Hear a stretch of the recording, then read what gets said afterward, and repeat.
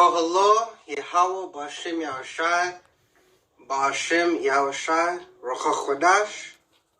Let the elders that rule well be counted worthy of double honor, especially they who labor in the word and doctrine. To the 12 tribes which are scattered abroad, greeting. Shalom, brothers and sisters. It's your brother Yashar with another epistle. So today's we're going to go into St. Luke chapter 14, verse 26. Alright, we're going to read the words of Malach Yahushai, the author and finisher of our faith, man. So it says here, if any man, so this is St. Luke chapter 14, verse 26. If any man come to me, so any man comes to Yahushai, alright, and hate not his father, and mother, and wife, and children, and brethren, and sisters, yeah, and his own life also, he cannot be my disciple. Alright? Because this world encourages you to be attached to shit.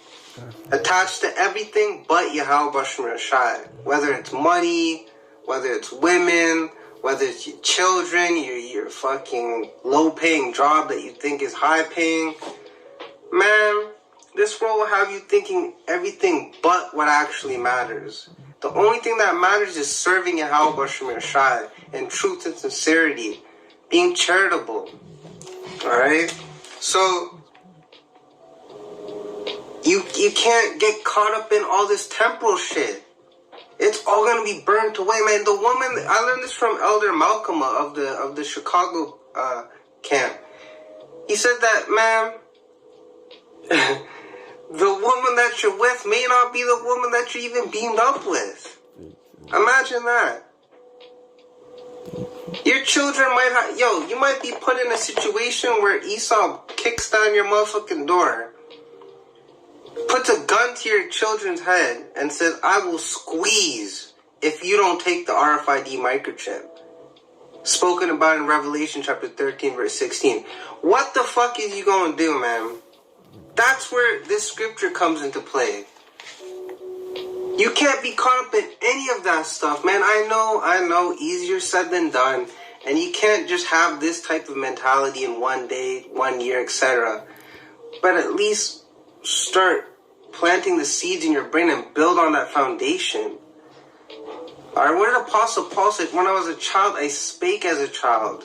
Meaning when he had childish understanding of the scriptures, he spoke as someone that wasn't learned in the scriptures. But what does the scripture say? Be seasoned in your speech, knowing how to answer every type of person. But that comes with experience. That's where wisdom comes into play. Alright? But the only way to get wisdom is to fear Yahweh B'Shem Yashai. So jumping back to this, man. And whosoever, so this is St. Luke chapter 14, verse 27.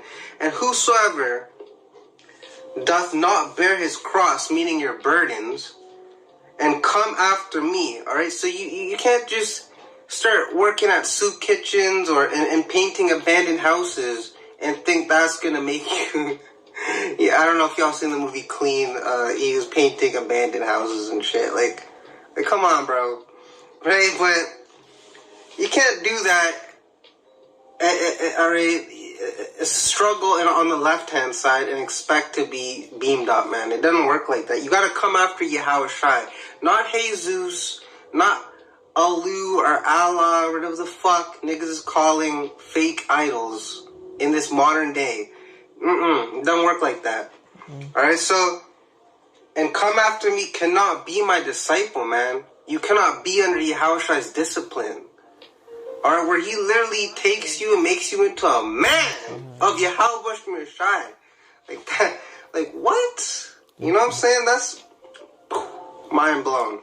So, it says here, verse 28, for which of you intending to build a tower, sitteth not down first, and counted the cost, whether he have sufficient to finish it.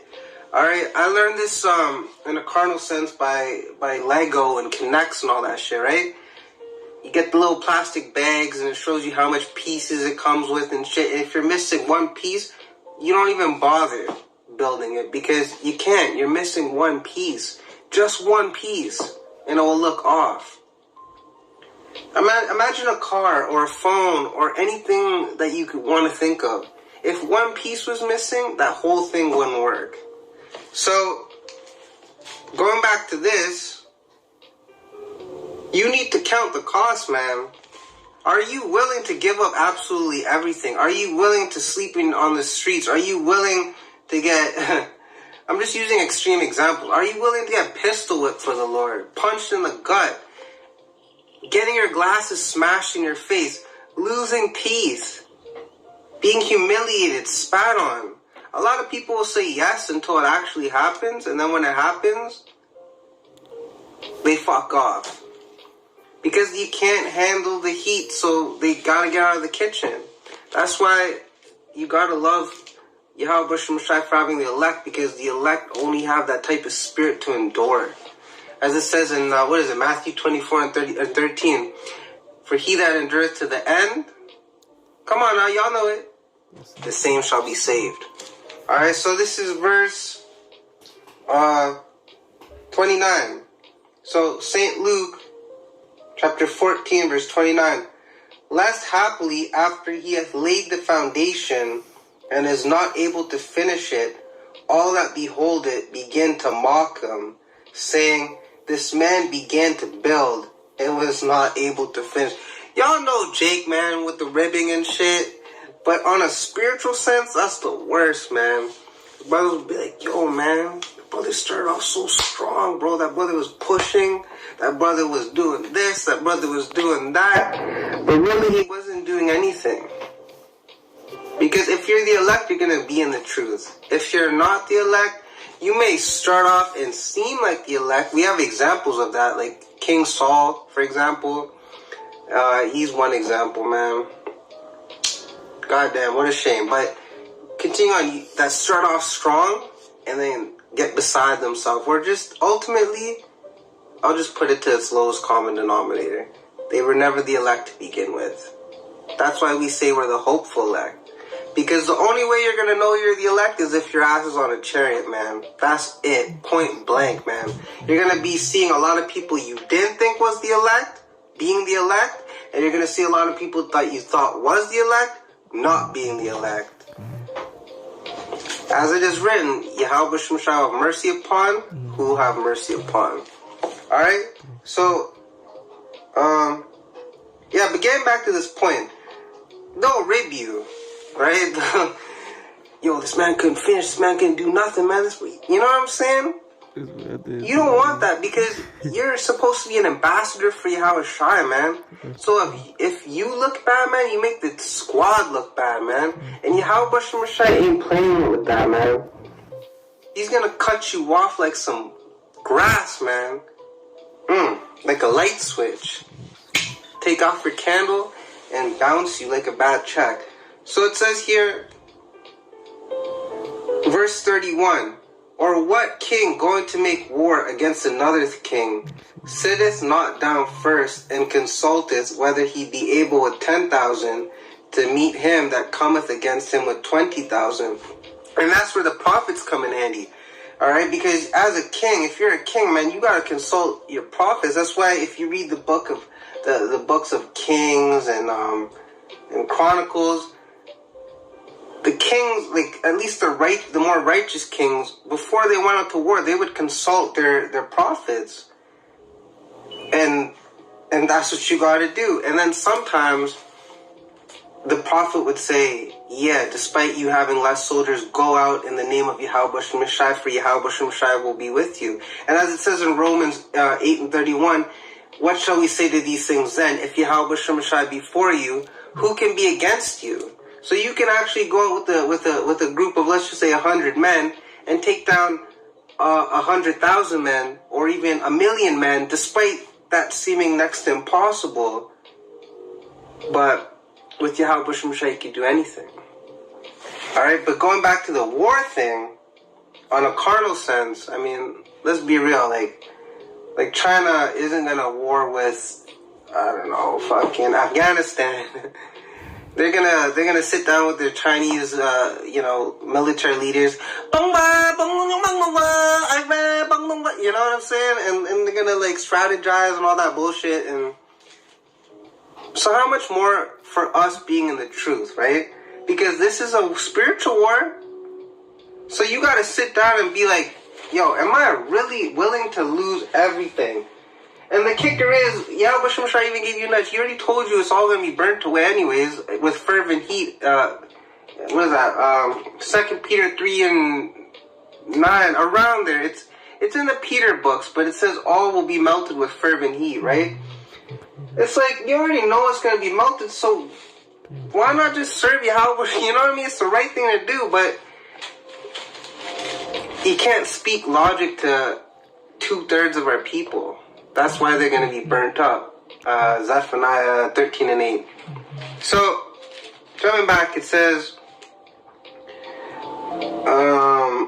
so this is St. Luke chapter 14, verse 32. Or else, while the other is yet a great way off, he sendeth an ambassage and desireth conditions of peace. I'm guessing ambassage is just another way of saying ambassador. Alright, so likewise, whosoever he be of you that forsaketh not all that he hath, he cannot be my disciple. Point blank, period. You can't be Yahweh's disciple because your heart won't be fully on Yahweh Shai. It's just like in our case, do you want a woman who you're not her main object of affection? You don't want a woman like that. You just use them as a ting, you know what I'm saying? Like guan girl, you know what I'm saying? But you want a girl that, like, she wakes up, her first thoughts are you. She goes to sleep, her last thoughts are you. Before she eats, we're not gonna, the chance of you finding that man, you probably will win the lottery 2 times in a row. Unless you pray, man. And brothers have testimonies about them praying and, you know what I'm saying, but that's, right, but you have to be able to give up everything. That's the point of this epistle. Alright, you already know it's going to get melted away with fervent heat. You already know that the location you're currently at, you may not be there later in life. I mean, we're a nomadic people. If you read our history, we were constantly moving around. So, like, I might be here right now making this epistle, and then my next epistle, I'm somewhere else. You don't know with Yahweh Shai. So you might as well just trust Yahweh Shai with all thy heart, mind, and all thy soul, and just hope that he'll use you as an instrument of righteousness. Because if you're not being used as an instrument of righteousness, you're being used as an instrument of wickedness. So with that, I hope you are edified. Shalom.